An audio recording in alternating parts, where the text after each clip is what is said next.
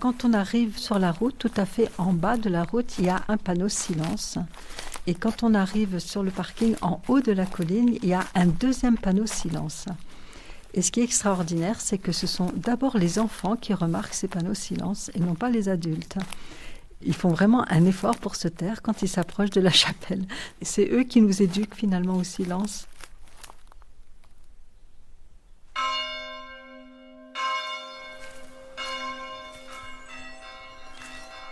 L'âme a besoin de silence pour adorer.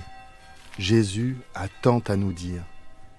Cette citation de sainte Élisabeth de la Trinité résume bien l'esprit du Carmel. Pour comprendre le sens du silence dans la vie contemplative, je me suis rendu au Carmel de Dijon, où a vécu cette sainte carmélite. J'ai rencontré sœur Marie-Martine, l'abbesse, qui m'a expliqué la place essentielle qu'occupe le silence dans leur vie quotidienne. Je suis Gilles Donada, journaliste à La Croix. Dans ce podcast, nous poussons la porte d'un monastère à la rencontre d'un moine ou d'une moniale qui témoigne de son aventure spirituelle. Vous écoutez la 2e saison de Croire, Vie de moine.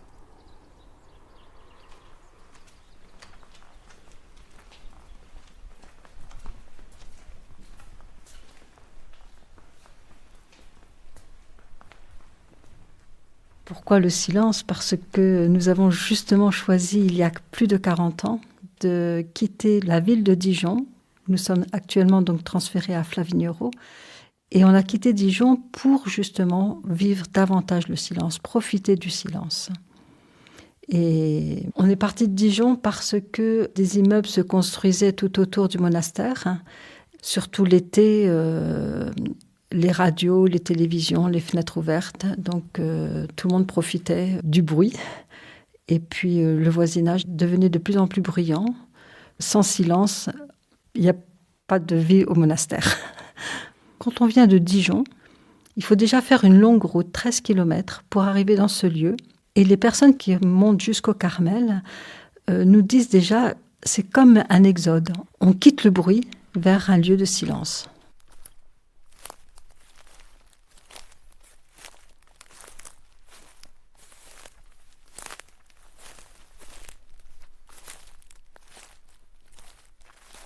Quand vous dites silence, moi j'entends tout de suite une parole d'Élisabeth, de la Trinité, qui dit « Écoutez celui qui a tant à nous dire ».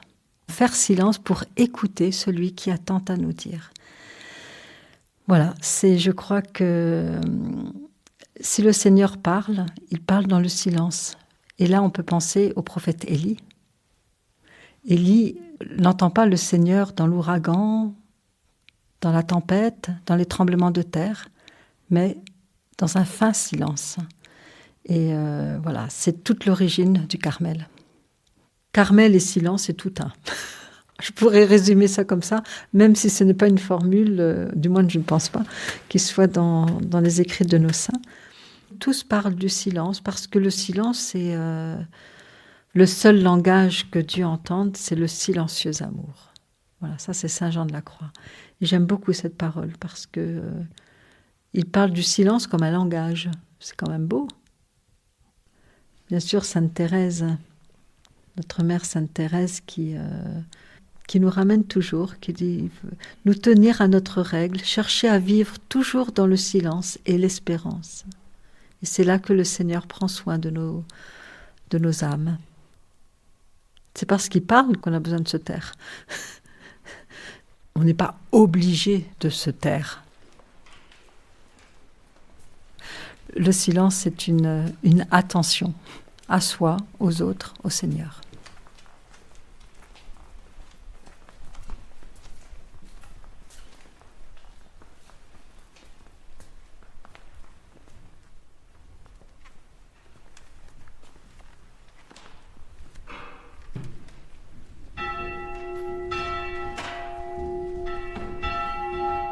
Déjà, le silence est inscrit dans notre règle. Vous garderez le silence depuis la fin de compli jusqu'à pré-prime du jour suivant. Dans notre emploi du temps, nous avons 2 heures d'oraison, 2 heures de prière silencieuse, à la chapelle, toutes ensemble. Et on fait silence ensemble, on écoute ensemble, on prie ensemble, mais en silence. Il y a des lieux de silence aussi, des lieux où on ne parle pas. Le cloître, le réfectoire, les cellules des sœurs. D'ailleurs, personne n'y rentre, c'est vraiment personnel. Donc c'est vraiment un lieu de silence. Nous sommes seuls dans nos lieux de travail, mais on évite de parler dans les lieux de passage, parce que c'est aussi le respect de l'autre qui est important. On ne fait pas tout, n'importe où, n'importe comment.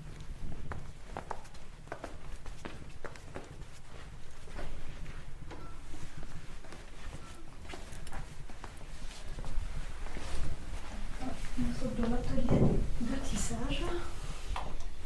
C'est un métier ancien. Oui, je pense que je me demande s'il n'est pas du 19e. Il y a des parties plus récentes qui sont fixées par écrou, mais tout le reste tient par des chevilles. Il n'y a aucun clou nulle part. Et vous tissez quoi en fait? Alors là, c'est une écharpe, mais on fait aussi des ponchos, beaucoup de ponchos. Bon, ça marche très très bien. On peut faire des tapis aussi, on peut faire des coussins, des étoiles pour les prêtres. C'est très très divers. Et normalement, le travail, c'est ça, il s'effectue en silence. Oui, chacune est seule dans son atelier et le travail se fait en silence. Oui. On peut continuer de prier. Voilà. Ça occupe les mains, mais ça laisse l'esprit libre.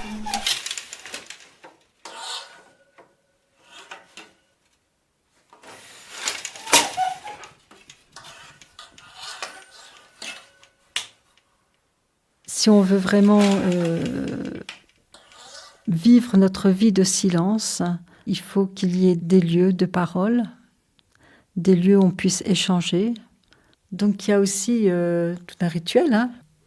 Quand on sort de l'office de vêpres et que nous avons notre heure de récréation, on s'attend toutes pour commencer la récréation, donc on est en silence. On prie ensemble, une prière de quelques minutes. On s'assoit et là on parle.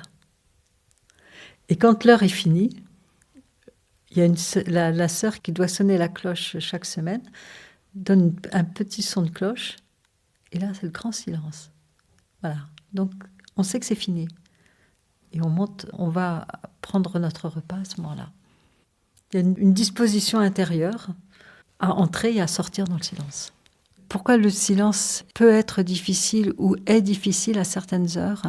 Parce qu'on est des êtres de relation et qu'on a aussi besoin de parler. Tout simplement. On a besoin de se raconter, de dire que notre histoire a peut-être pas toujours été facile ou que notre histoire est belle. Mais le silence peut aussi être un vrai combat. Ça s'apprivoise, mais c'est pas facile de vivre le silence. Surtout le silence des pensées. Des ruminations de ce qui nous a blessés, ce qui nous a fait du mal dans une relation, ou même les événements du monde. On n'est pas en dehors de tout ce qui se vit à l'extérieur. Le bruit de la guerre, il rentre aussi chez nous, dans la mesure où on rumine une contrariété ou une parole qui nous a fait du mal parce qu'on était mal disposés, qu'on était de mauvaise humeur. On est aussi des personnes, j'allais dire normales, pardon.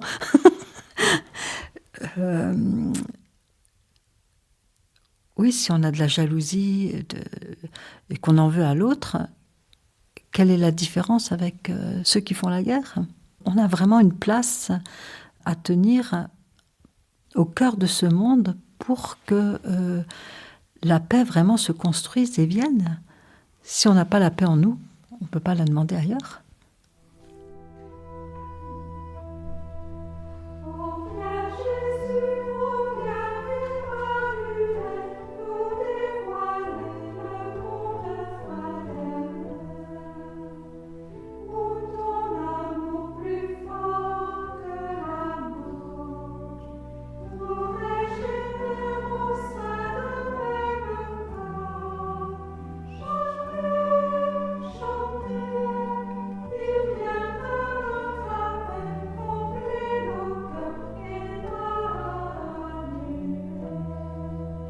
Quand on arrive toute jeune au noviciat, on est surprise que le silence prend tellement de place. Alors, on a plus ou moins, je pense aussi, on a plus ou moins une disposition déjà personnelle. C'est le silence de la prière, le silence du Carmel qui m'a attirée au départ. Toute petite, j'aimais bien déjà le silence. J'étais bien avec moi-même dans le silence. Je pense qu'il y a une disposition, mais c'est pas obligé, hein. Alors, c'est des choses qu'on apprend au fur et à mesure, mais voilà, je pense que le silence devient plus profond. Le silence m'a appris aussi à écouter les autres. Le silence m'a appris à mieux vivre la liturgie aussi. Et c'est vrai que de ces derniers temps même, j'étais beaucoup plus attentive au silence dans la musique, aux pauses. Dans un chant, quand il y a un moment de silence, ben vraiment le faire. Parce que ça nous redonne une respiration, ça nous redonne oui, de reprendre notre souffle, de nous arrêter, de lâcher. Réjouis-toi, pleine de grâce, le Seigneur est avec toi. Vierge bienheureuse, tu as nourri le Maître de la vie. Vierge glorieuse, douce rosée, tu fais fleurir le gris. Ce que le silence m'a appris, c'est à me connaître mieux, à m'accueillir telle que j'étais. Et au fil des jours, dans les situations, quelles qu'elles soient, faire avec ce que je suis, mais en toute simplicité. Et ce que je ne sais pas faire, ben je ne le sais pas faire. L'Esprit de Dieu sur toi s'est reposé. Je crois que le silence a aussi une force de réconciliation avec soi-même. Et quand on est réconcilié avec soi, ben la vie change. Parce qu'on ne regarde plus à côté, on n'a plus envie d'être ça, parce qu'on sait qu'on ne pourra jamais l'être. Donc c'est beau. Rien de plus beau que d'être ce qu'on est en vérité.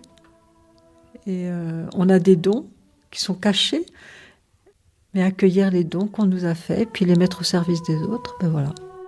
Temple de Dieu, trésor de l'univers, Vierge glorieuse, blanche colombe, tu détruis la mort. Oui, je crois que avec l'âge, avec l'expérience aussi, notre manière de vivre et d'avancer dans la vie change. Et ben, le silence fait partie de la vie, donc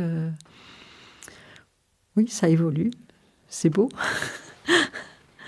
Alors bon, on peut arriver et puis être dans le bain tout de suite, mais je pense que le vrai silence, ça s'apprend. On l'apprend aussi par osmose. Quand on voit une sœur ancienne prier, quand on voit une sœur ancienne se déplacer, quand on voit une sœur qui a de l'expérience dans la vie de carmélite, elle enseigne de par sa manière d'être. On sent une attitude ajustée, une manière d'être ajustée à ce que demande Sainte Thérèse d'Avila, notre mère. Hein. C'est pour ça qu'elle a voulu que ces carmels soient des petites communautés, pour qu'on puisse vraiment vivre le silence, pour qu'on puisse être vraiment des sœurs entre nous et qu'on soit comme une famille.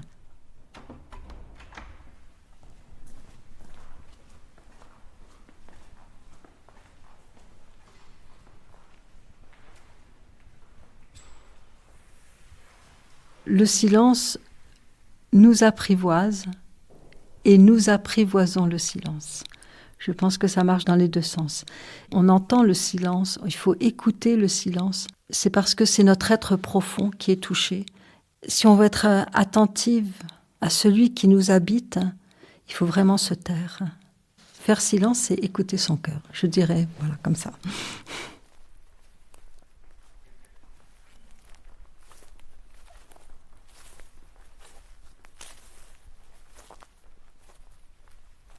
Nous voici arrivés au terme du 7e épisode de Vie de moine.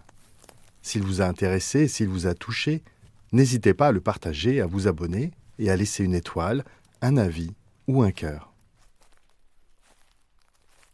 Croire est à retrouver sur toutes les plateformes et sur le site et l'appli La Croix.